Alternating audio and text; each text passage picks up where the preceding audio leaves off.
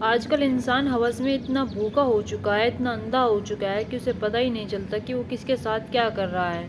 ना ही वो बूढ़ा देखता है, ना ही वो बच्चा देखता है और ना ही वो जवान देखता है। जब उसकी हवस बढ़ती है तो वो एकदम टूट पड़ता है। और ना ही वो खुद की उम्र देखता है कि मेरी उम्र कितनी है। आजकल किसी पर भी भरोसा नहीं किया जा सकता। और आज की घटना में कुछ ऐसा ही होता है, जहाँ पर एक नहीं, दो नहीं, तीन नहीं, बल्कि चार चार लड़कियों के साथ कुछ ऐसा होता है जिसे जानकर आप भी हैरान हो जाएंगे, और जिसमें 2 कत्ल भी शामिल हैं। और छोटी छोटी बातों पर उसने ऐसा किया है कि आप सोचेंगे कि आखिरकार ऐसा हो कैसे सकता है। चले तो बिना देरी के इस घटना को शुरू करते हैं और जानते हैं कि ये कैसे कैसे लड़कियों को अपना शिकार बनाता है और कैसे इसने 2 कत्ल किए थे। चले तो इस पर बिना देरी के इस कहानी को शुरू करते हैं। नमस्कार, आदाब, सत श्री अकाल, हर हर महादेव। मेरा नाम रूपा है और आज की ये घटना हरियाणा प्रदेश का एक जिला लगता है पलवल और यहीं का एक गांव लगता है गोरीचंद।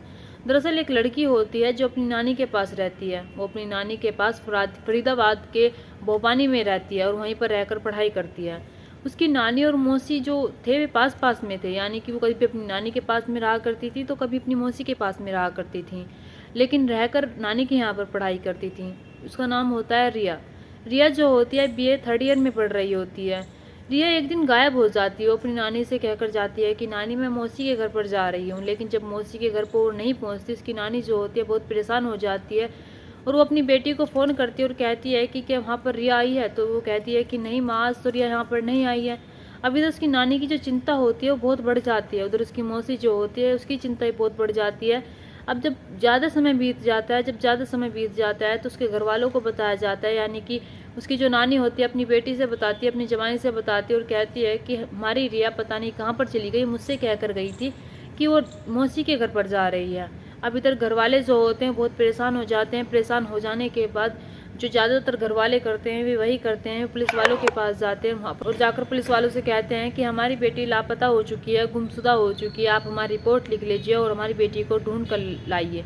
अब पुलिस वाले जो होते हैं वे वही सोचते हैं जो ज़्यादातर केसों में सोचते हैं। वे कहते हैं कि तुम्हारी लड़की किसी के साथ चली गई होगी या फिर किसी के साथ भाग गई होगी, लेकिन यहाँ पर ऐसा नहीं था। पुलिस वाले जो होते हैं उनकी रिपोर्ट लिखने से पहले तो मना कर देते हैं, लेकिन जब घर वालों का ज़्यादा दबाव होता है तो कहीं ना कहीं जाकर फिर से रिपोर्ट लिखते हैं और रिपोर्ट लिख लेने के बाद ये उसकी तलाश करने लगते हैं। अब कुछ दिन बीत जाते हैं। कुछ दिन बीत जाने के बाद एक दिन उसकी नानी के पास एक कॉल आता है। कॉल में जो बोल रहा होता है वो 54 साल का बुजुर्ग बोल रहा होता है और वो कहता है कि आप रिया को ढूंढ रही हैं। तो उसकी नानी जो होती है वो कहती है कि हाँ, मैं रिया को ढूंढ रही हूँ, वो कहाँ पर है। तो वो बुजुर्ग आदमी जो होता है वो बताता है कि रिया तो मर चुकी है, वो तो दुनिया को छोड़कर जा चुकी है और मैंने अपनी आंखों से देखा है उसे। अभी तो उसकी नानी जो होती है वो बहुत चिंतित हो जाती है और परेशान हो जाती है और उससे पहले कुछ कह पाती तो कॉल कट जाता है। अब वो ये बात अपनी बेटी से बताती है। उसकी बेटी जो होती है पुलिस वालों के पास जाती है। पुलिस वालों के पास जाने के बाद वहाँ पर जाकर भी रिकॉर्डिंग सुनवाते हैं और कहते हैं कि इस व्यक्ति ने हमसे ऐसा कहा है। अब पुलिस वाले जो होते हैं जब इस रिकॉर्डिंग को सुनते हैं तो हरकत में आते हैं। हरकत में आने के बाद वे तुरंत एक्शन लेते हैं और उस बुजुर्ग आदमी की तलाश में लग जाते हैं जिसकी वो रिकॉर्डिंग थी, यानी कि जिसने उसकी नानी को कॉल किया था।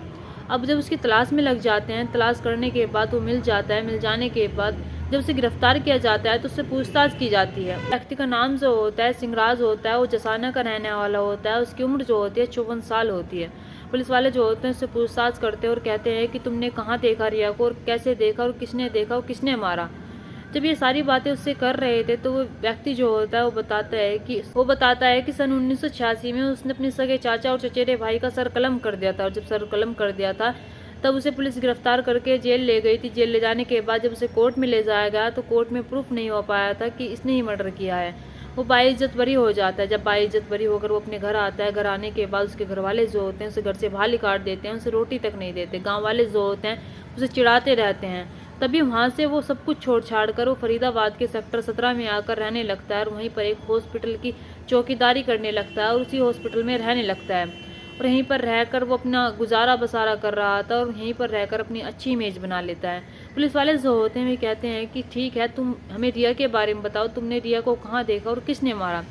अभी जो जो बुजुर्ग आदमी होता है 54 साल के, कहता है कि मैं चाय की दुकान पर जाया करता था, मैं चाय पिया करता था, वहीं पर जाया करता था रोज़। एक दिन मेरे पास 5 रुपये नहीं होते बिस्किट के लिए, तभी मेरी चाय वाले से बहस हो जाती है और चाय वाला जो होता है मुझे बिस्किट नहीं देता और वो मेरे ऊपर हाथ तक छोड़ देता है।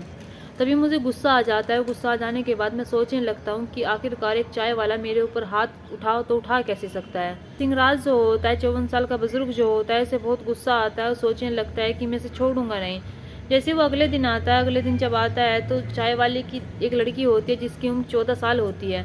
वो उससे बोलता था, चालता था, हर रोज़ वहीं पर चाय पिया करता था। तो वो लड़की जो होती है उसे जानती भी थी, तो उसे बाबा कहा करती थी। एक दिन ये जो 54 साल का बुजुर्ग होता है उस लड़की से कहता है कि बेटा मुझे तुमसे कुछ काम है, तुम मेरी हेल्प कर सकती हो। तो ये लड़की जो होती है चाय वाले की, वो कहती है कि हाँ बाबा मैं कर दूंगी। वो उसे हॉस्पिटल ले जाता है। हॉस्पिटल ले जाने के बाद अपने कमरे में ले जाता है। कमरे में ले जाने के बाद वो उसके साथ हैवानियत दिखाता है, उसके साथ दरिंदगी करता है, वो उसके साथ ऐसा गलत काम करता है जो उसे नहीं करना चाहिए था। वो उसके मुंह में कपड़ा ठूस कर रखता है 2 दिन तक, और 2 दिन तक उसकी आबरू से खेलता है। अब जैसे 2 दिन बीत जाते हैं, जब 2 दिन बीत जाते हैं, ये जो बात होती है सन 2019 की होती है। तब ये बुजुर्ग आदमी जो होता है 54 साल का, सोचने लगता है कि अगर यहाँ से चली गई तो उसने अपने घर वालों को सब कुछ बता दिया, चाय वाले को सब कुछ बता दिया, तो मैं तो पकड़ा जाऊंगा और मुझे जेल हो जाएगी। तभी उसके दिमाग में एक प्लान आता है। प्लान ऐसा आता है कि शायद उसे नहीं करना चाहिए था, उससे पहले भी उसे ऐसा नहीं करना चाहिए था।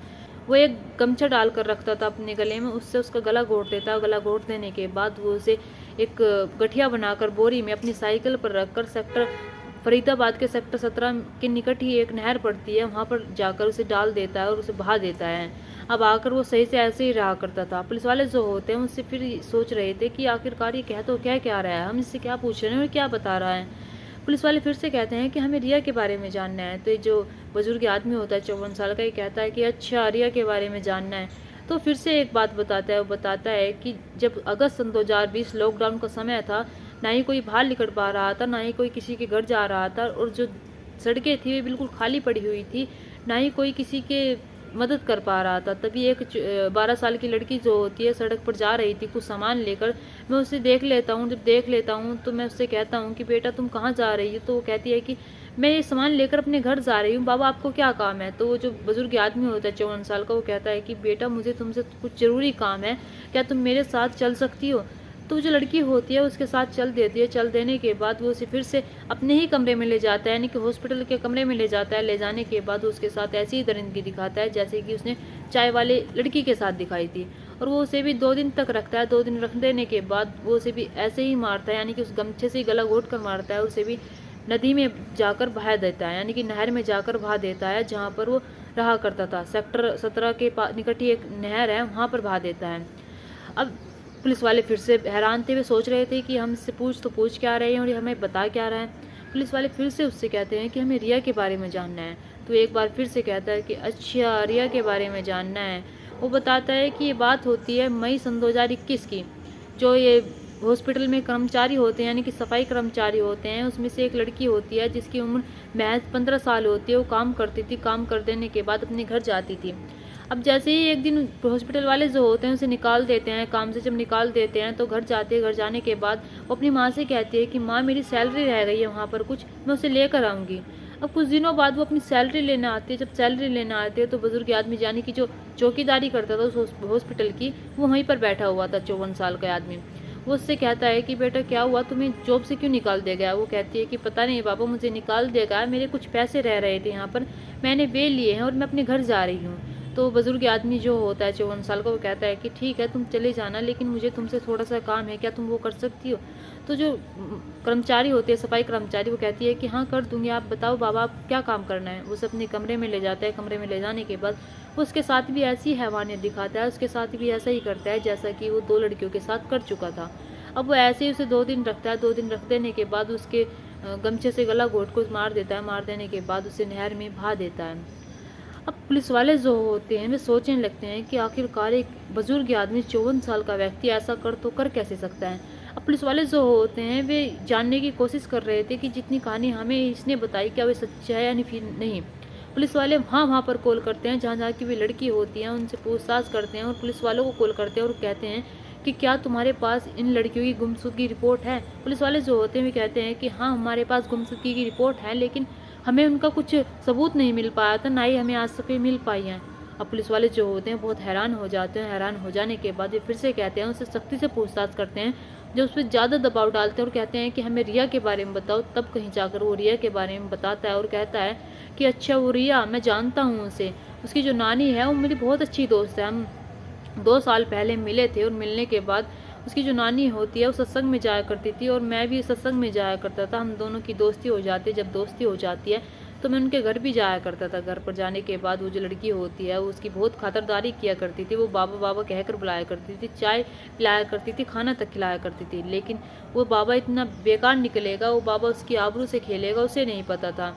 अब जैसे ही ऐसे समय बीत रहा था, जब समय बीत रहा था तभी वो लड़की जो होती है, रिया जो होती है, वो अपनी मौसी के घर पर जा रही थी और एक बुजुर्ग जो होता है 54 साल का, ये रास्ते मिल जाता है और कहता है कि बेटा रिया तुम कहाँ पर जा रही हो? तो वो बताती है कि बाबा मैं मौसी के यहाँ पर जा रही हूँ।